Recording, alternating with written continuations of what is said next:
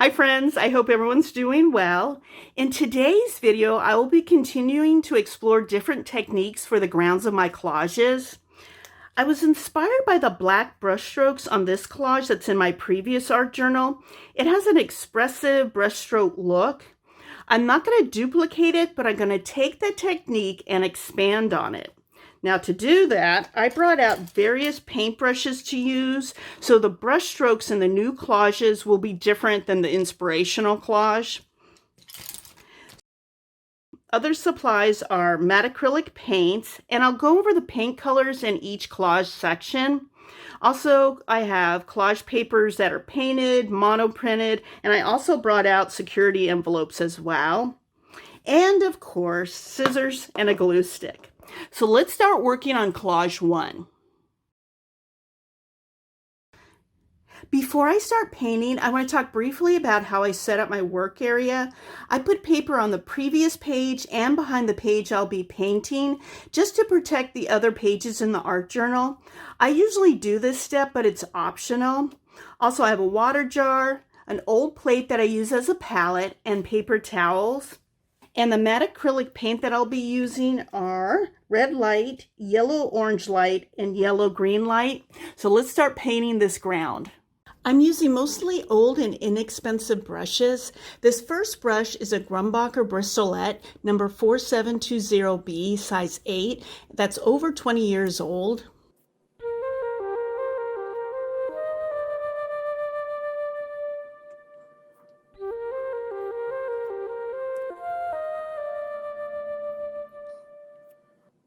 I don't recall the brand of this brush. The only marking is a number 16. I can tell it's an inexpensive brush. I want the marks on this ground to be random in size and pattern.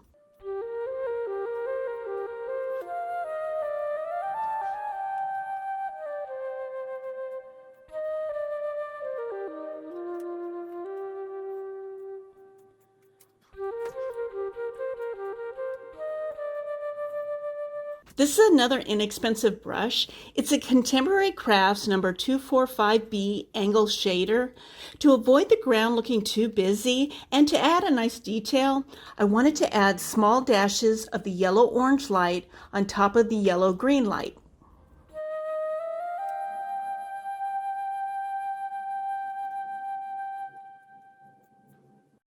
I'm going to let this ground dry and then we'll start collaging on top.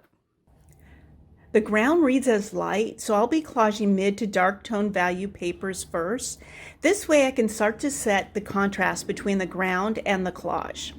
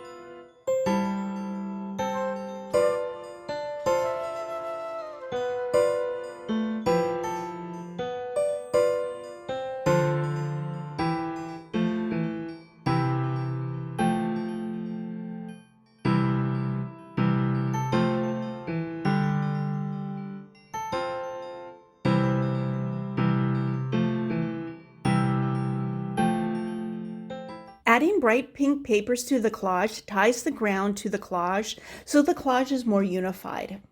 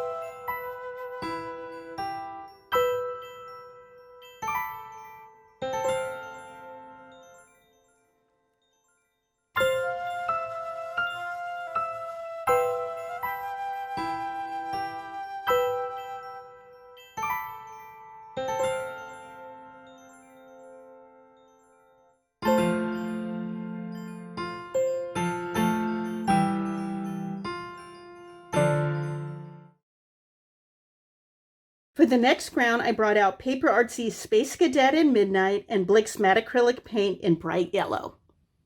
I brought out this Princeton brush to use to paint the ground with Space Cadet. I want a nice even layer of paint, and this brush is good for that.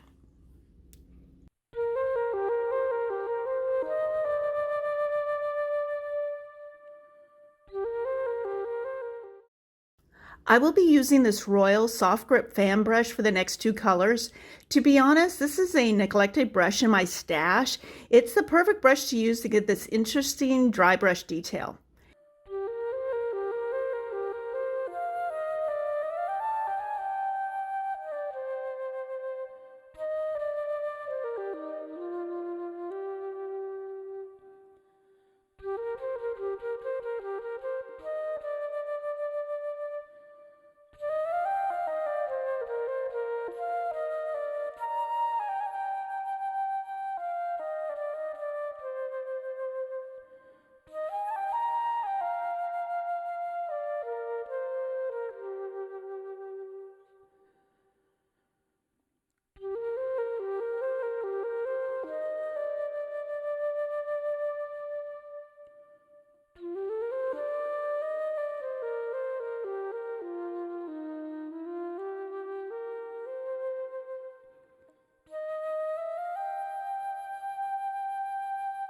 I like the way this ground turned out. I think there's enough dry brush of both colors. I'm going to let it dry and then we'll start collaging on top. This ground is the opposite of the first collage's ground. To my eye, it reads as darkened value, even though it has a pop of yellow. I'm starting by adding light to mid-tone value papers first. Also, this collage will have the cruciform composition. It wouldn't be a collage session if I didn't use this composition at least once.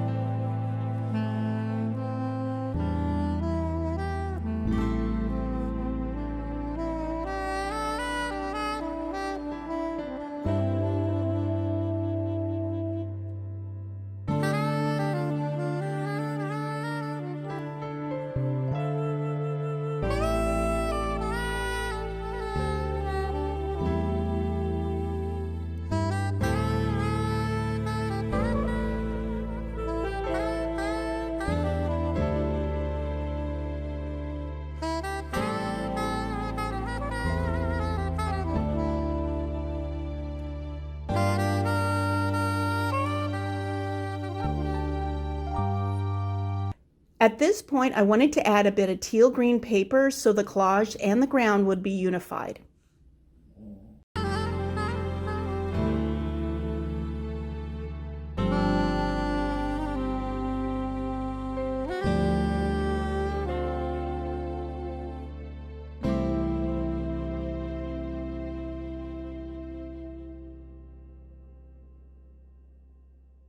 For the last ground, I'll be using Blick's black paint and Paper Artsy Elephant.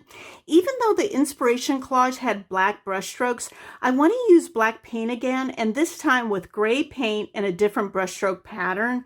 This ground will have a different look than the inspiration collage. I'll be using the Grumbucker size 8 brush for the gray paint and the Mystery number 16 brush for the black paint.